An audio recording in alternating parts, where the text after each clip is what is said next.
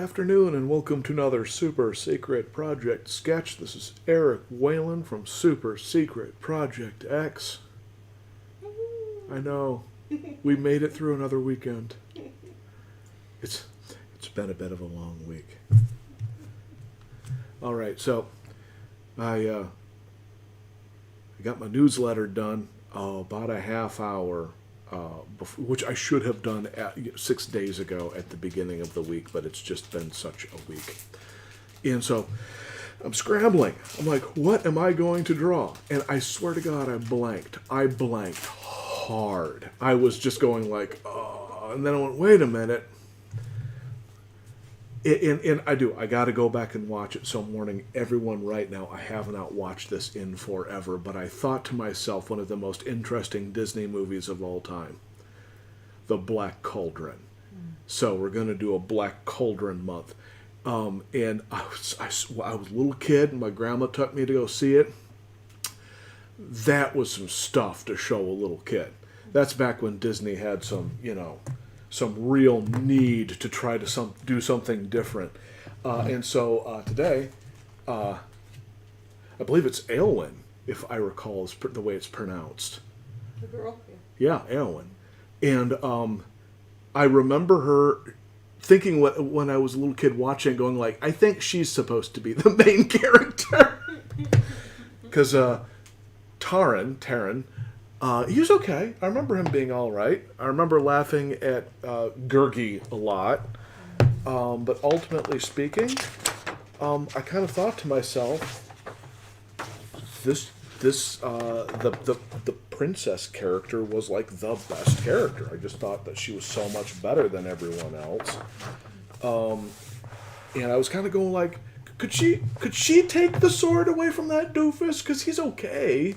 I mean, he's not bad. He was a decent character, to my recollection. Maybe he was terrible. Like I said, I haven't seen it well. So if my memory wanders a little bit and I'm thinking that the movie had like an aircraft carrier made of ham, forgive me. So I'm going to do my best. I'm going to see about getting onto Disney Plus. I think they have it on there. I plan on watching it again. Yeah, I don't remember much about it. Yeah, I wasn't really a sword and sorcery type kid, so that was one of the ones I didn't really watch. But I think I keep getting parts of that and Sword in the Stone mixed up.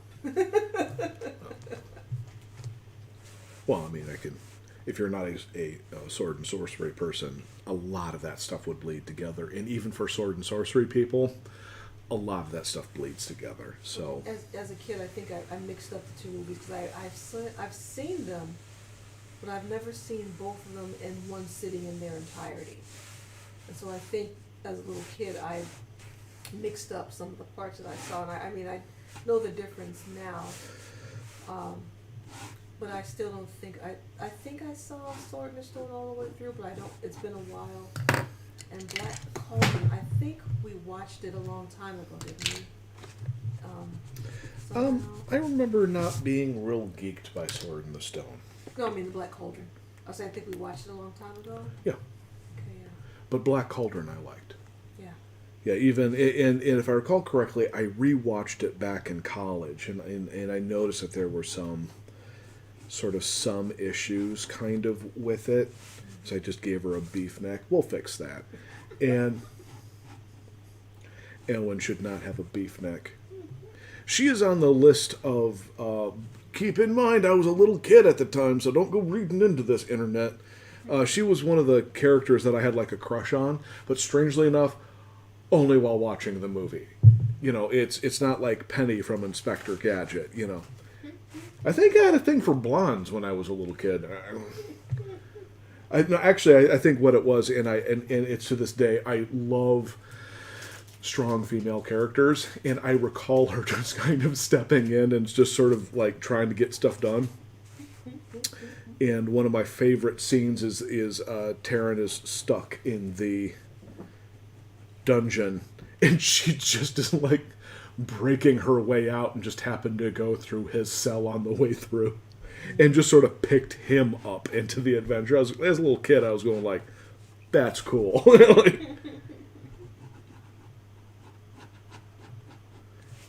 I mean, you got kind of your normal adventuring dimwit and basically an anthropomorphized hobo as his sidekick. And, it was a decent movie. Then she came in, and I was really enjoying it then. And, I mean, it's just one of those, like, crazy movies where you're kind of going, like, what if Disney had continued going down this road where they didn't care about scaring the audience, I think if I remember, the reason why it was kind of different because it actually had like Semi-demonic imagery in it. I think Ralph Bakshi was actually involved in that. That would not surprise me. Yeah, because it was. I think that was one that when they split ways, it was. What else did he do? I'm blanking on the stuff that he did. But let's look it up and find out. Yeah, why don't you do the Google? Yeah, let's do my usual deep dive. My baby's doing the Google. What my baby do? My baby do the Google. Yeah, I usually pride myself in being able to know a lot of this stuff offhand, but this is one of the movies I picked this one on purpose because this is one that neither of us knows too well. Right. And I remembered having good memories of it. I remembered especially the cauldron sequence with like the dead coming out of it and all that being pretty awesome. But I also remembered really liking a handful of the characters. I really loved Gurgi at the time, but now I think I've grown out of Gurgi. Gurgi drives me a little crazy. Let's face it, any fuzzy little hobo character that repeats munchies and crunchies too many times is going to get on my nerves. Mostly because of the munchies and crunchies bit, not because of... For any hobos watching this, I do apologize. I'm not pointing that at you. I guess. Okay, let me see. Option.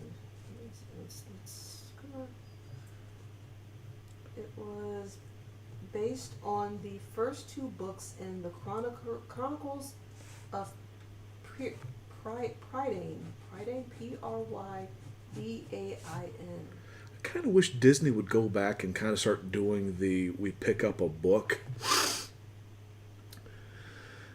and just make our interpretation of it, because some of those were by far the more interesting things that they did. Like some of the stuff that wasn't huge successes was usually more interesting than quite a few of their big smash successes were just sort of like, yeah, it's okay. And some of them were good, but... Yeah, apparently this was Disney's first PG-rated movie. Yeah. And also the first to actually use CGI, too. That would not surprise me. 1985. So let me look and see who were the production people. Development. Walt Disney Pictures optioned Lloyd Alexander's 5-volume series in 1971, and pre-production work began in 1973 when the film rights to Alexander's books were finally obtained.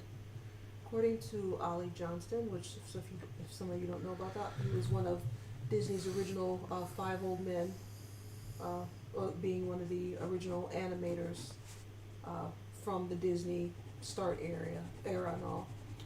It was he and Frank Thomas that convinced the studio to produce the movie, and that if it had been done properly, it might be as good as Snow White.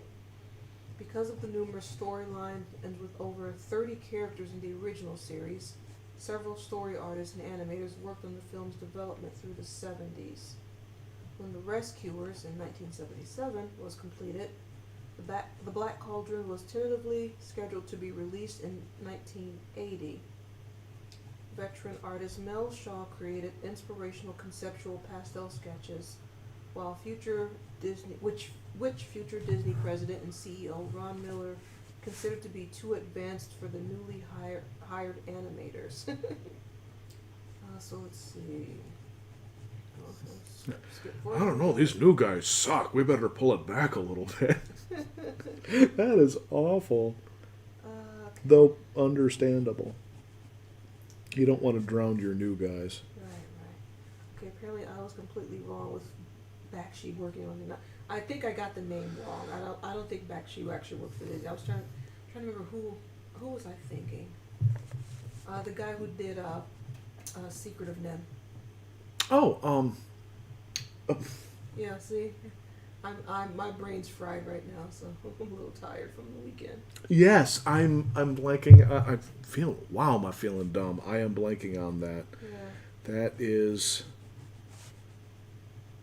'cause I know he was a Disney guy before splitting off on his own. All right, I'm gonna look that up now. yeah, because that's bugging me. His name is on the tip of my tongue. Okay.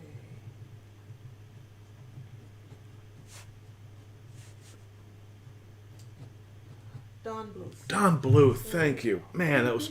I'm going like, there's a B in there. There's a B, but I can't get any other sounds coming out of my head.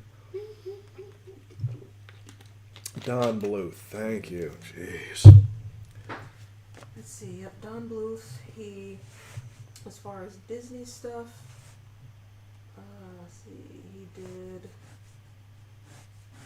He worked on. He was worked as an assistant for Sleeping Beauty. In '57, he left Disney. Recalling he found the work to be kind of boring. So for 2.5 years, he resided in Argentina on a mission for the Church of Jesus Christ for Latter-day Saints. He then returned to the United States, Really? where he opened a local theater in Culver City, producing musicals such as The Music Man and Sound of Music. He returned to college and earned a degree in English literature, and then in 1967 returned to animation and joined Filmation, working on layouts for The Archie Show and Sabrina the Teenage Witch. And then in '71 he returned full-time to Disney as an animation trainee, which he worked on Robin Hood, Winnie the Pooh and Tigger 2, Rescuers, 9 Old Men, not 5 Old Men. Yeah, that just popped into my head. We are both really special today, aren't we? Well, I just came off the highway, man. I was driving for 4 hours, and I did not sleep, and I have not had much to eat. So I'm surprised I'm still sitting up right now. About to say, yeah. Let's see. But yeah, Don Bluth. Yeah. Okay, he did not work on the Black Cauldron. Okay. So who am I thinking that I worked on that? Oh. Yeah. Well, let's go back to our original dealio of Black Cauldron. But anyway, back to Black Cauldron. Alright. For its initial release, the film became Disney's first animated film to receive a PG rating. It was also presented in Super Technorama 70, the first since Sleeping Beauty, and Dolby Stereo 70mm 6-track surround sound. Ooh, that was fancy back at that time. Excuse me.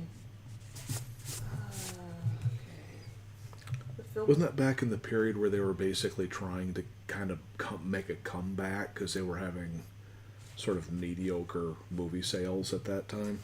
85, that was... Because I know this is previous to, the Disney Renaissance and... The Renaissance was 89, because that started with Little Mermaid, so that was like 3 years before that, or 4 years before that, I'm sorry. Let's see. Black Cauldron was released in North America on July 24th, 1985. Was also screened at Radio City Music Hall 2 days later. While officially budgeted by Disney executives at $25 million, the film's production manager said in his documentary that it cost $44 million to produce the film. The $44 million budget made it the most expensive animated film ever made at the time. And then it grossed $21.3 million domestically. It resulted in a loss for Walt Disney Productions and put the future of the animation department in jeopardy. That would explain why they didn't go that direction again. Yeah, earning it the nickname "the film that almost killed Disney." It was not. And yet, it's still one of their more interesting movies. Yeah, it was not in some ways distributed as a home video release for more than a decade after its theatrical run, after its poor performance. Adding insult to injury, the film was also beaten at the box office by the Care Bears movie, which was released 4 months earlier by a much smaller Canadian animation film, Nelvana. The film was, however, more successful outside North America, notably in France, where it had, okay, it's all the stats for that. It was the 5th most attended film of the year. The film was the last Disney animated film to be completed at the original animation building of the Walt Disney Studios in California. The animation department was moved to the Airway facility in nearby Glendale in December 1984, and following corporate restructuring, eventually returned to the Burbank studio in the mid-90s at a new facility. And as far as the reception, is what happened with it. Mixed or average reviews.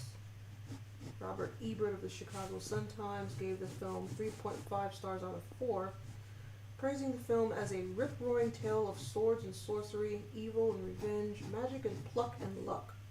And it takes us on a journey through a kingdom of some of the more memorable characters in any recent Disney film. And let's see, from there, people canned it. The animation was good.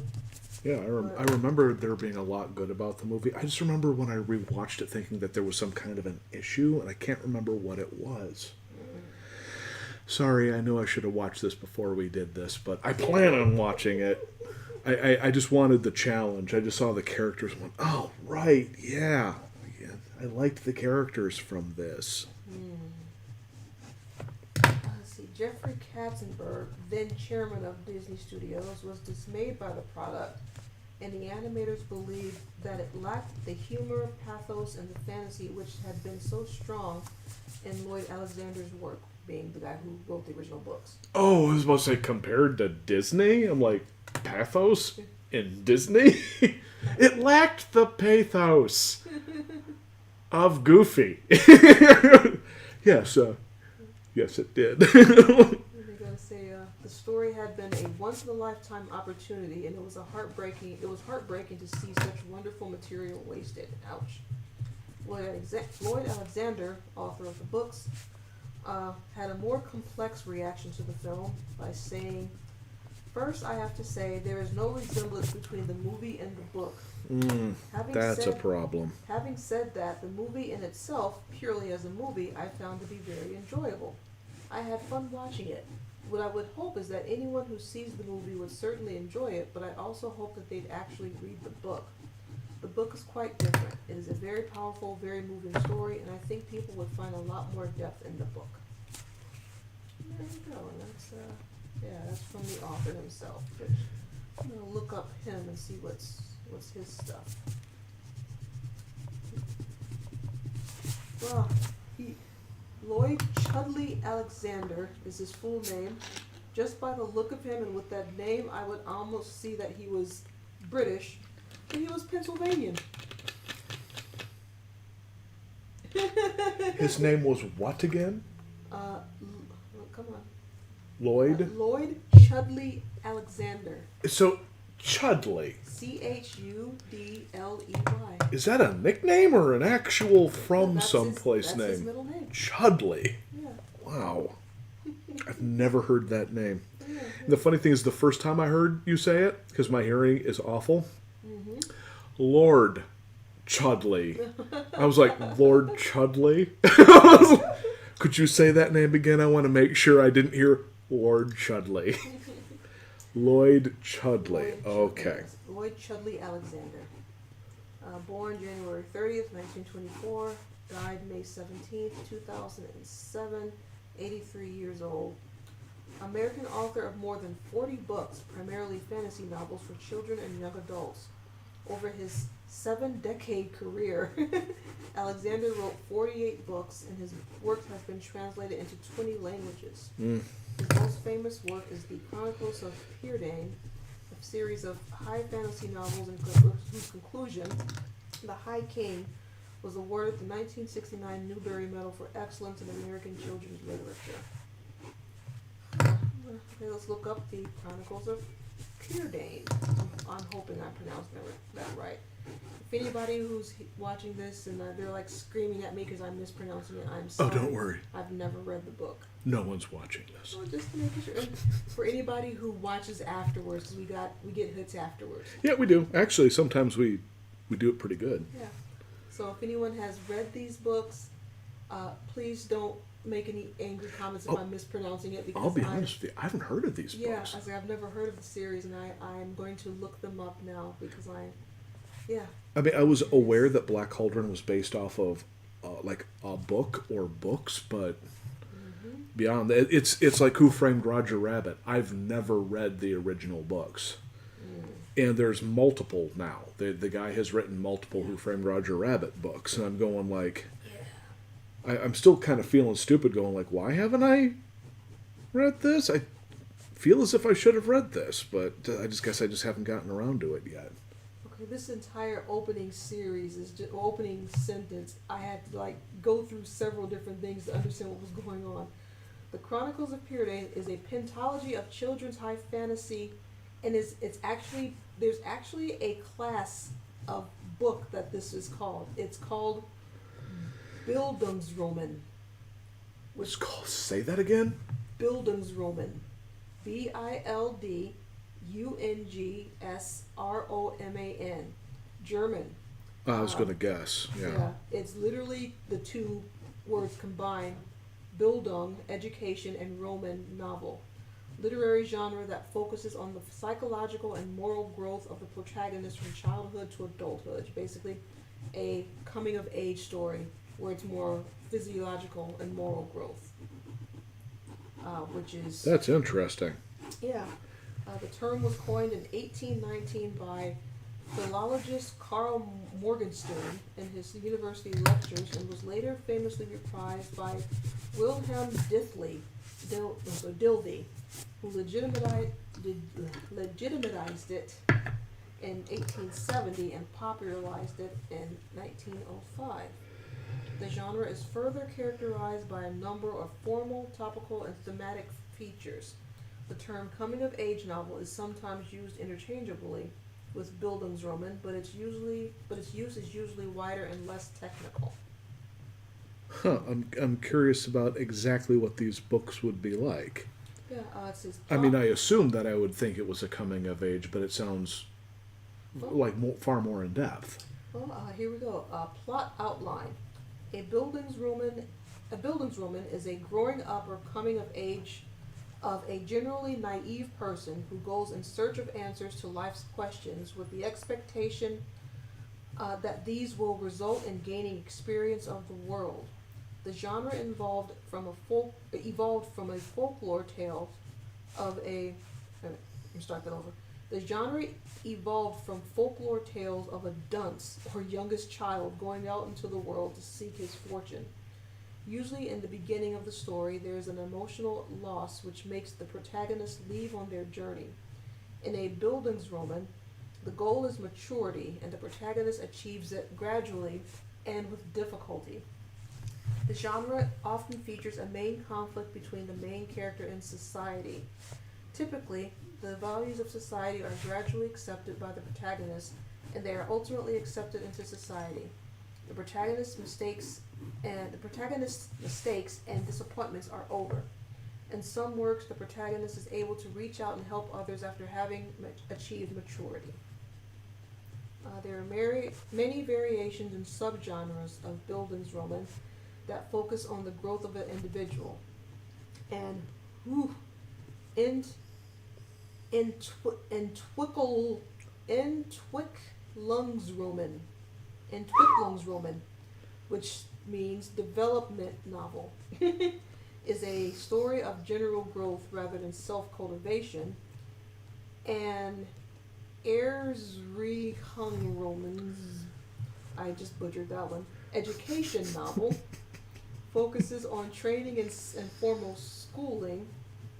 while I'm just not gonna bother with I'm it. just gonna skip right over this long German word. Normally I love languages, but I'm just too tired. You to just, fight and I today. get it, and it's German. Yeah. Sometimes German is easy, and sometimes it is a total nightmare Yeah. to try to pronounce. Yeah, I'm not in fight mode today. It's okay, Right. sweetie. And so there's another one which translates out to artist novel, about the development of an artist and shows a growth of the self.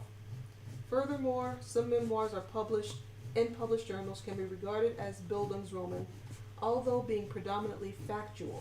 The term is also more loosely used to describe coming-of-age films and related to works in other genres. So there you go. That's a very interesting, yeah. And leave it up to German to create names for all these incredibly specific little. America, we just go like, it's just those 40 things are in one category. It's coming of age, yeah. It's coming of age. Yeah. There's vampires involved. It's coming of age with vampires. Yeah, the Germans and their love for compound words is amazing, and I love that for that. Words that long. Yeah, like I said, like what was that? I think something I said a long time ago to somebody that I knew, and I think the response was, "I don't know what's wrong with you, but I'm pretty sure there's a German word for it."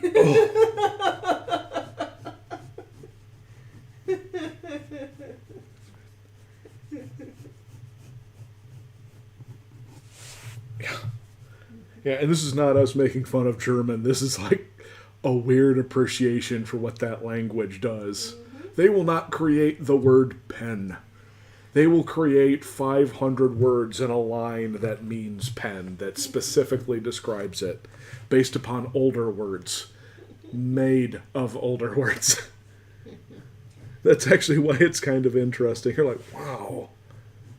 Alright, so going back from that nice little segue, we go back to the books that the story was based off of, the Chronicles of Pride. I'm not sure if it's Prydain or Preerdain. Prydain. I want to guess Prydain? Prydian? At the moment, your guess is as good as mine, if not better. Maybe So it's Prydian. I don't know. 'Cause that sounds kind of fantasy-ish. I'll look it up. Please, again, people, don't hate me for mispronouncing it. It's been a long it's week. the internet, hon. They're going to hate you for just Yeah. about For anything. breeding. So, what? You don't know the Kool-Aid Man's middle name? Here's some kind of fill-in explicative. Well, I like to know so I can. I just wanted some Kool-Aid. Now I'm on a hit list. Alright, I'm going to do a quick look up and see how it's pronounced. I said, oh, wow, instead of, oh, yeah. Jeez. This world. Alright, so back to. Alright, so. 5 novels take place in Prydian, however it's pronounced. A fictional country ruled by a high king who oversees several minor kingdoms. The setting is based on Wales and inhabited by creatures and characters inspired by Welsh mythology and folklore. The series follows the protagonist Taryn, a youth of unknown parentage living on a farm with an old enchanter named Dalbin and a farmer named Cole. Taryn is my niece's name. Taryn, who dreams of being a great hero, is named Assistant Pig Keeper and tasked with helping to care for and protect Hen Wen, a white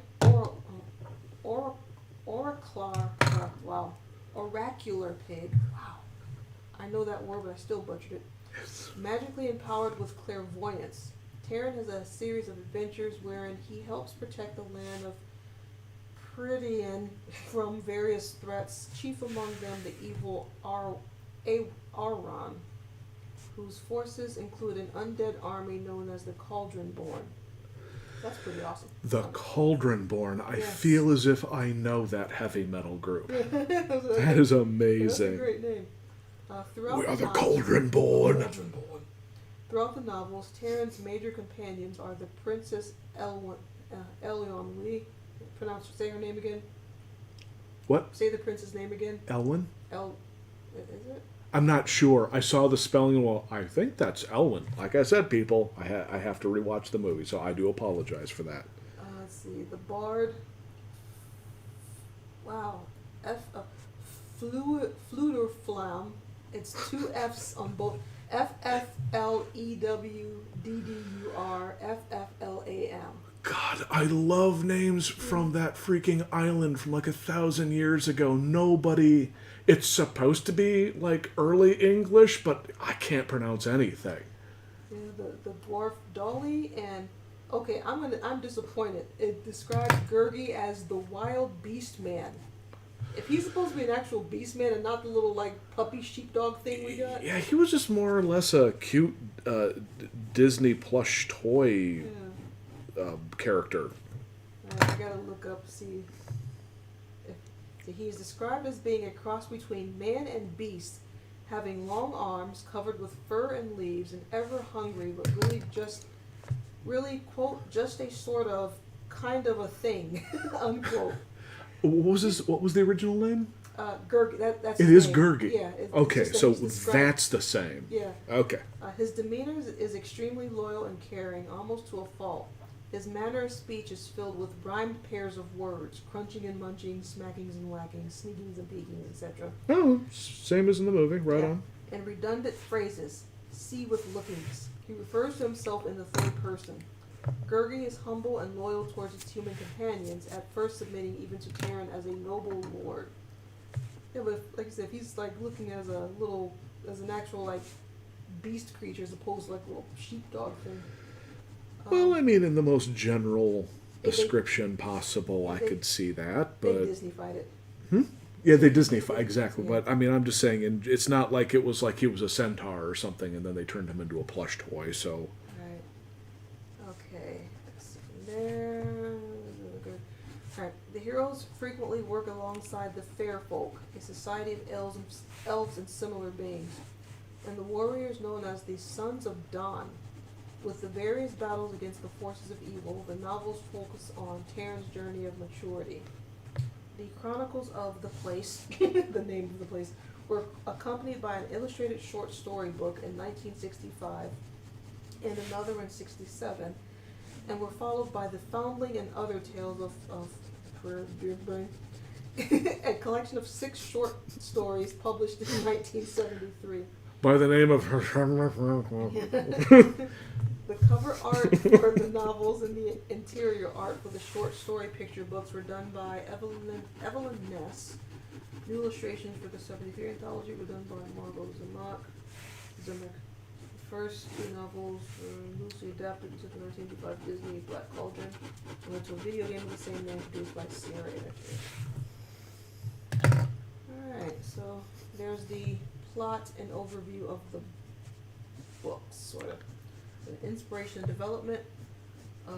The author, Lloyd Alexander, received Army combat intelligence training in Wales and became familiar with Welsh culture. Wait, so he... I'm sorry, wait, let me go back to that. Lloyd Alexander. So I guess he went to England? At some point? well, if he's an oldie dude, He was born in would have been probably World War II, and we had a lot of people over in England. So. Yeah, because he was born in Philadelphia, and then died in Drexel Hill, Pennsylvania. So during World War II, Lloyd Alexander received combat. Okay, he enlisted and probably got off. Yeah. So, Yeah, we had a lot of people over there. Right. And because we didn't know when we were necessarily invading, they were just sitting over, I think just like in people's houses and stuff. But See, he became familiar with Welsh culture, geography, and language. He took particular interest in the country's castles and folklore, explaining later that he was always interested in mythology. Alexander later described his experiences in Wales as part of the raw material for the books. for the grand classic known as The magical land of the geography is loosely based on Wales. Wow, I am not even going to try to pronounce that No, because that has. I'm actually not blaming you. I have seen Welsh words and names and stuff, and it is wow hard. There are 2 words, and there's only one vowel in the entire in both of those, and it's one of the vowels that has a little carrot over it. Yes, Welsh. You gotta give it to them. That is a crazy language. Spelled Ynyssmon, with the O with a little carrot over it, and it's the Welsh name for the Isle of Ainsley. Fabulous. That is fabulous. That's so funny. Yeah, I'll probably take a look at those later on. They sound interesting, and see if we get like an overview of some sort.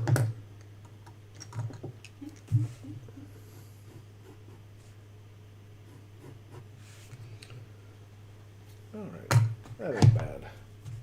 Yeah, it's cute. I think I might have made her a little tall this way. That's what I get for looking at it at an angle. Oh well.